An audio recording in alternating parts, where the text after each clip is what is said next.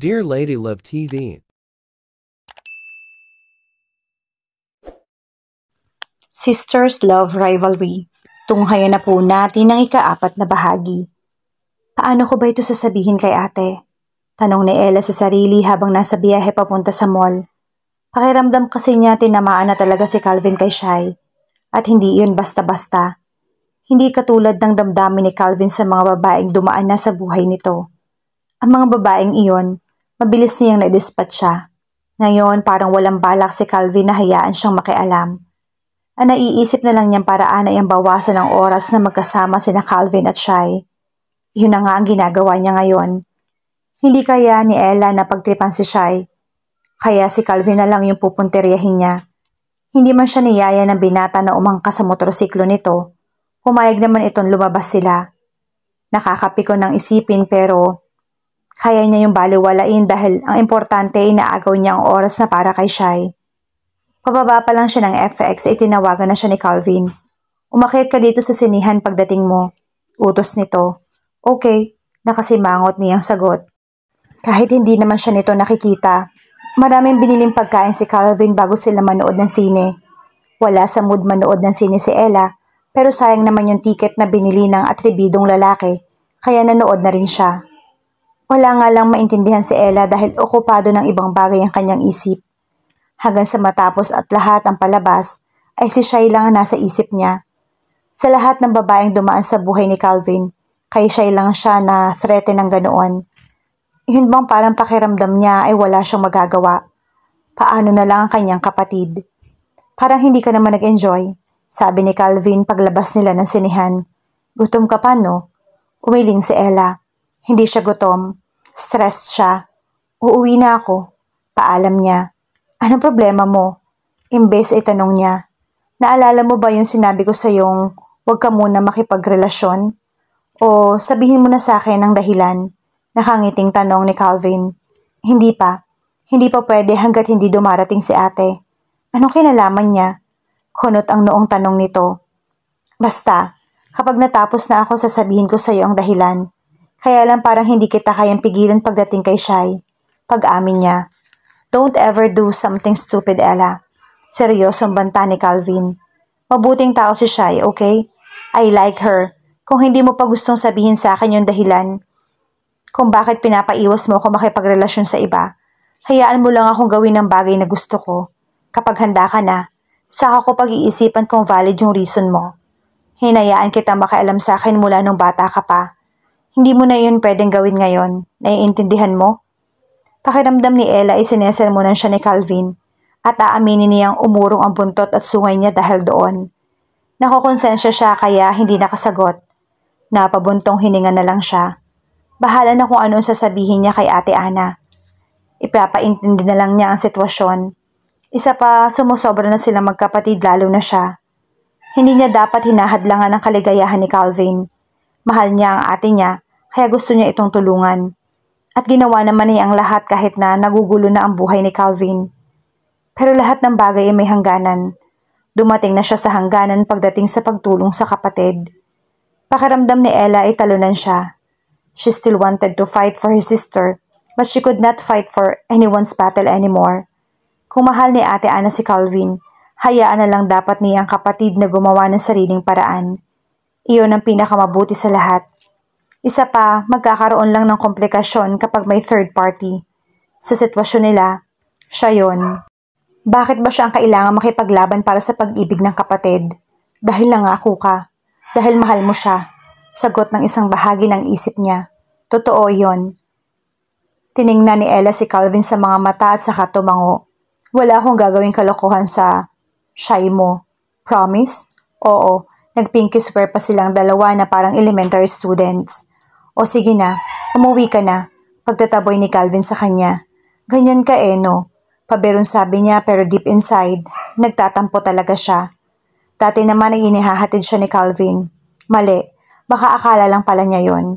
Hindi siya inihahatid ni Calvin noon. Sinasabayan lang siya sa pag-uwi dahil magkatapat lang ang kanilang mga bahay. Binura niya ang pagtatampo ng maisip yon. Siya, uuwi na ako. Salamat sa libre. Hindi na ma-explain ni Ella ang disappointment habang nakasakay sa FX. at naghihintay na mapuno iyon para makaalis na. Hindi niya inakalang ganoon kabilis magbabago ang samahan nila ni Calvin dahil lang umalis na ito sa lugar nila. Huminga siya ng malalim, saka ipinikit ang mga mata. Pinapractice niya na sa isip ang sasabihin sa atin niya. Siniguro ni Calvin na ligtas na makakauwi si Ella bago siya umalis. Palihim niyan sinusundan ang dalaga habang pauwi ito. Akala niya isasabihin ni Ella kanina ang dahilang matagal niya nang gustong marinig. Ilang taon na ba siyang curious sa dahilan na yon? Umaasa siya na magugustuhan niya ang dahilan ni Ella. Kaya nga hinahayaan lang niya ito naguluhin ang kanyang love life dahil sa huli, alam niyang siya rin ang magwawagi at ang puso ni Ella ang premyo niya. Pero mukhang kailangan pa niya maghintay ng mas matagal. Habang naghihintay, kailangan naman niyang mailayo ang dalaga sa paningin ni Jay. Kung bakit kasi nagkaroon siya ng kapatid na may saltik. Everything in his life was getting better except for his relationship with his brother. Dahil kay Jay, kaya kailangan niyang dumistansya kay Ella hanggang sa dumating ang tamang panahon nila. Pag-uwi sa mansyon ay naabutan ni Calvin ang lolo niya sa dining area. Mukhang maaga itong maghahapunan. Calvin, kumain ka na ba? Nakangiting bati ng lolo niya. Nilapitan niya ito at tinanguan ang assistant nitong si Andy na nandoon din at nakatayo lang sa likuran.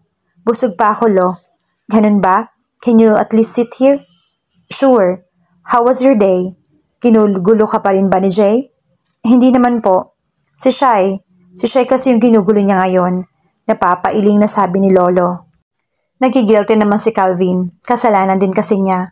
Kung hindi siya nakipaglapit kay Shai, hindi naman napapansin ni Jay si Shai. Pero parang mas nakabuti kay Jay ang pangungulit niya kay Shai. Sabi nito sa kanilingon si Andy. Hindi ba?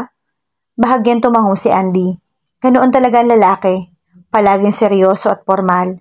Sa tingin ni Calvin kasing edad lang niya si Andy pero malayo siya sa pagiging responsableng lalaki. Calvin, how do you like your motorcycle? Pag-iiba ng topic ng lolo niya. The Victory Gunner motorcycle was his grandfather's gift for him. Gusto raw bumawi ng matanda sa lahat ng panahon na hindi niya ito nakasama. Hindi sana niya tatanggapin pero napakaganda ng motor at ayaw niya ma-disappoint ang abuelo. Kung mayroon mang tao sa mundo na hindi mahirap mahalin, bukod sa mama niya at kay Ella, ang lolo niya iyon. Kaya kahit ngayon lang niya nakasama ang lolo niya, ay nakuha niya na itong mahalin. Gusto niya na palagi itong masaya, lalo pa ngayong sakiti na. Napakaganda, Lo. Pwede na akong wag regaluhan habang buhay. Pabirong sagot niya na ikinatawa nito. Maganda na sana ang gabi kung hindi lang nakasalubong ni Calvin si Jay paglabas niya sa dining area. Tulad ng dati, malamig siya nitong tinitigan. Hindi pa sapat ang daddy ko. Pati kay Lolo sumisip-sip ka ngayon. Maaskad nitong tanong. Hindi niya pinansin ang kapatid. Wala naman ding mangyayari. Kahit makipagbugbugan siya ngayon, may nananalo ba? Sa gera nilang dalawa, pareho lang silang matatalo sa dulo. Pareho lang masasaktan. Ayaw na niyang magsaya ng energy sa totoo lang. Lahat ng sayo kukunin ko, tandaan mo yan. Dagdag pa ni Jay nang lagpasan siya. Nagpailing na lang at nagdiretso na lang si Calvin sa pag-akyat sa kanyang kwarto. Naniniwala siyang may pag-asa pa sila magkapatid. Sisiguraduhin niya yon. Hindi na kita matutulungan, ate. Mahinang sabi ni Ella kay Ana habang magkausap sila sa Skype. Bahagya siya na kayoko dahil ayaw niyang makita ang reaksyon ng kapatid. Dahil, tanong nito sa malungkot na boses. Nag-angat ng mukha si Ella at nagpakawala ng hangin mula sa bibig dahil sa nakitang reaksyon ng kanyang ate. Gusto talaga niya si Shai at pinagsabihan niya na kung huwag makialam sa kanilang dalawa. Unfair din naman talaga kay Calvin, ate eh. Ipagdasal na lang natin na pagdating mo, single na uli siya. Sabi niya, napangiwi pa. Para kasing hindi convincing ang huling sentence niya. Matagal bago nag-react si Ana at hindi iyon dahil sa mabagal na internet connection. Mukhang nag-iisip talaga ito. Wala naman ako magagawa kung ayaw mo na akong tulungan. Hindi ganun, ate. Maagap na sabi ni Ella. Hindi ako mapapagod na tulungan ka tulad ng hindi ka napapagod na suportahan ako. Alam ko maliit na bagay lang tong hinihiling mo kumpara sa lahat ng ibinigay mo sa akin. Pero ate, mas maganda talaga kung aaminin mo na lang kay Calvin ang damdamin mo. Gagawin ko naman, hindi ba? Pero pag uwi ko pa. Kaya nga sa ngayon, hayaan na lang natin siyang maging masaya. Sorry ate, gagawa na lang tayo ng paraan kapag nakauwi ka na. Tutulungan mo ako kahit pag uwi ko. May girlfriend na siya? Kung tingnan siya ng ate niya parang hindi ito naniniwala. Oo, at least kapag nandito, ikaw mismo makikipaglaban para sa pag-ibig mo kay Calvin. Ganun naman dapat, di ba? Tama. Sorry Ella sa lahat. Wala ka naman dapat ihingi ng tawad ate. I love helping you. Sa ganoong paraan lang ako nakakabawi sa'yo. Basta sa ngayon, hindi ko muna guguluhin si Calvin dahil baka isumpa niya na ako. Pagdating mo, saka tayo mag-isip ng plano. Ngayon pa lang, sinimula ng magdasal sa lahat ng santo na sana, hindi din sila magkatuluyan ni Shai. Pabirong sabi ni Ella. Sa wakas ay tumawa ito. Gaga ka talaga. Pero sige, mag-alalay na rin ako sa mga anito. Tutulungan kita sa pagdadasal ate. Manalig lang tayo. Calvin was feeling terrible. Pakiramdam niya ay may napakasama niyang tao dahil kay Shai. Hindi niya nililigawan ang babae pero aware siyang binibigyan niya ito ng false signals. Ginagawa niya yun para iligaw ang atensyon ni Jay. Pero alam niyang anumang oras ay kukumprontahin na siya ni Shai sa totoo niyang damdamin para dito. He liked Shai. Everyone in that mansion did. Napakabuti nito sa kanya. Pero kaibigan lang talaga ang turing niya kay Shai. Isang espesyal na kaibigan at wala nang hihigit pa roon dahil sa isang babae lang niya ibinigay ang puso noon pa. But dragging Shai was such a lovely act. Wala itong kinalaman sa problema nila magkapatid o sa damdamin niya para kay Ella. Leading her on was not his intention. Shai needed to know the truth. Pero kailan niya aaminin? Kailangan niya ng matinding lakas ng loob para gawin yon. Napansin din ni Calvin itong mga nakarang araw na parang nagiging totoo na ang damdamin ni Jay para kay Shai. He could see it in his eyes and his actions. Naisip niyang baka kapag natutong magmahal ang kapatid ay magkaroon na sila ng chance na magkaayos. He called Ella, not to tell her his feelings, but just to hear her voice. Matagal-tagal na rin silang hindi nag-uusap. Kapag nga nagkikita sila sa eskwelahan, kung saan nag-OJT ay halos hindi sila nagpapansinan. Napag-usapan na nilang dalawa na huwag ipaalam kay Shai na magkakilala sila. Tumupad naman sa pangako si Ella. Hindi siya nito ginugulo pero hindi siya masaya. Mas nakakaramdam siya ng kaligayahan tuwing may gagawin ito para ilayo siya sa ibang babae. Sa ganoong paraan kasi may nararamdamang gusto rin siya ni Ella. Masyado na kasing duwag si Calvin kaya nahihirapan siya ngayon. Gusto niya si Ella at kahit anong gawin ni Jay, ipaglalaban niya ang babae. Kailangan na niyang tapusin ang pagprotekta kay Ella sa pamamagitan ng pag-iwas sa dalaga. Just now, he realized that that was so stupid. Kung gusto ni Jay ng gera, lalaban siya at hindi na iiwas. Hindi na magbibigay. Hello? Napangiti agad siya nang marinig ang boses ni Ella. She was his mood uplifter. Gumagaan agad ang kanyang pakiramdam, marinig pa lamang ang malamig nitong boses. Hello? Sino to? Tanong ni Ella nang hindi agad siya makasagot. Agad na kumunot ang noo ni Calvin. Binura na nito ang number niya. Hey, inis niyang sabi. Narinig niya ang pagtawa ni Ella. Niloloko ka lang. Tumawa uli. Oh, anong ganap? Bakit ka napatawag sa ganitong oras? Mangungumusta lang. Miss na kasi kita. Okay naman ako. Ikaw, kayo ni Shai. Okay lang. Pat lang. Hindi nagtagal ay nagpaalam na rin ang dalaga. Walang nagawa si Calvin kundi hayaan ito. Mahal kita, Ella. Mahal na mahal kita. Sabi niya nang wala na si Ella sa kabilang linya. Iyon ang gusto niyang sabihin noon pa man, pero kailangan niyang pigilan ng sarili. This was not the right time. Pagkalipas ng ilang sandali ay pinatong na niya sa kitchen counter ang cellphone. Nabigla siya nang may marinig na nagsalita mula sa likuran.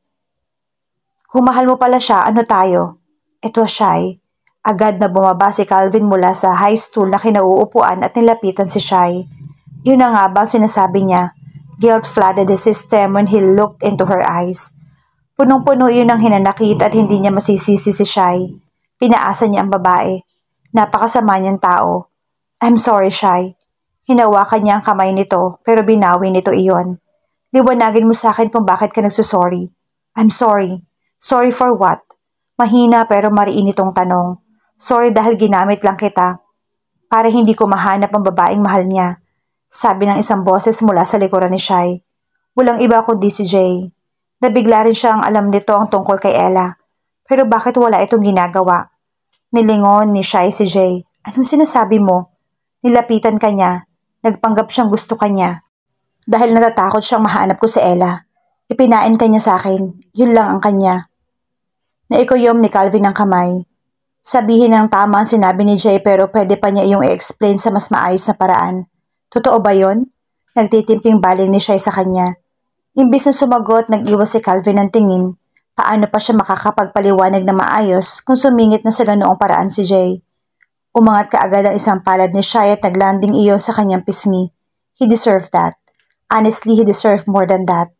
Kung mumurahin nga siya ni Shai sa sandaling iyon o susuntukin ng maraming beses ay hindi siya papalag.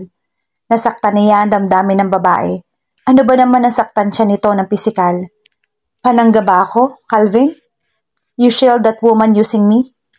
Sana sinabi mo, sana hindi mo na ako pinaasa na gusto mo ako. I could have helped you lure Jay if you just asked me to. Bakit kailangan mo pa akong lokohin? Lalong hindi nakapagsalita si Calvin. Tutulungan siya ni Shai kung humingi siya ng tulong. Bakit hindi niya naisip yon? He hurt his wonderful woman.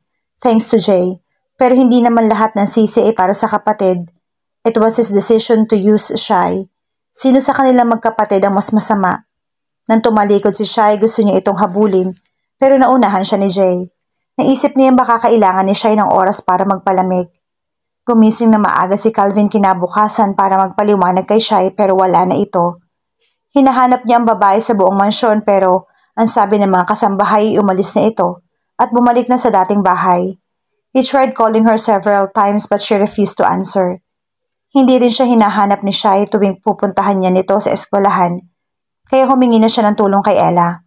Mabuti na lang at walang tanong-tanong na tinulungan siya nito para lang magkausap sila ni Shai. Sa isang cafe, pinili ni Calvin na mag-usap sila ni Shai. Mukhang aatras pa nga ito nang makita siya pero pinigilan niya. Hindi ko naman plinano ang lahat. Hindi ako nakipaglapit sa iyo dahil kay Jay o kay Ella. Naging malapit ako sa iyo dahil kaibigan talaga ang turing ko sa iyo. For me, you're someone I have connection with. Ewan ko pero naging magaan talaga yung loob ko sa iyo. Until Jay thought that I had feelings for you. Hindi ko siya itinama at iyon ang mali ko. Sorry if you think I led you on. It wasn't really my intention. Then I thought of Ella. Naisip kong kapag nalaman ni Jay ang tungkol sa nararamdaman ko para kay Ella, gagawa siya ng paraan para guluhin kami. At dahil mahal mo si Ella, okay lang na ako. Ang guluhin ni Jay? Masama ang loob na tanong ni Shai. Sorry kung hindi ko agad nilinaw sa iyo ang damdamin ko. Akala ko kasi okay naman kayo ni Jay. Akala ko totoo na yung damdamin niya sa iyo kaya hinayaan ko na lang. Naisip ko kasing baka kapag naranasang magmahal ni Jay, may iintindihan din niya ang damdamin ko and eventually, maging daan yun sa pag-aayos naming dalawa. But I ended up hurting you. Pinakinggan na kita. Siguro naman sapat na yun para sa'yo. I believe you're not expecting me to forgive you just because you said the sorry. Hindi dahil hindi mo sinasadyang saktan ako. Patatawarin na kita. Okay na lahat. And I guess it would be the best for us not to see each other again. Saka na kapag okay na ako. Kapag handa na akong patawarin ka. After all, ang naiintindihan ko pa rin hanggang ngayon, pinaasa mo ako sa wala. Tumango si Calvin. Tumayo na si Shai. I'm sorry, Shai. I really am. Pahabol na sabi niya na nakatalikod na ang babae. Hindi na humarap pa si Shai pero kahit paano ay nabawasan ang bigat ng kanyang dibdib. Na makalabas si Shai ng cafe ay bigla naman pumasok si Ella. Ano, okay na? Ano ba kasi ginawa mo? Sunod-sunod na tanong nito pagkaupo sa harap niya. I used her to protect the woman I love from my brother. Jerk. Ako sa niya. Paano mo nagawa yun ha? Hindi ganyan ang pagkakakilala ko sa iyo, Calvin. I know. I am disappointed with myself too. Ganito na ba katindi ang hidwaan ninyo magkapatid na may dinadamay na kayong mga inosenteng tao ha? Ang sarap niyong pag-untugin. Huminga ng malalim si Calvin. Tama naman si Ella. Ano pa bang sasabihin niya? At sino itong babaeng totoong mahal na kailangan mong saktan? Si Shai. Maluloka ako sa'yo. Ikaw. Matapang niyang pag-amin. Wala namang atrasan. Bahala na. Hindi nakasagot si Ella. Nanatili lang na nakatingin sa kanya at parang hindi humihinga.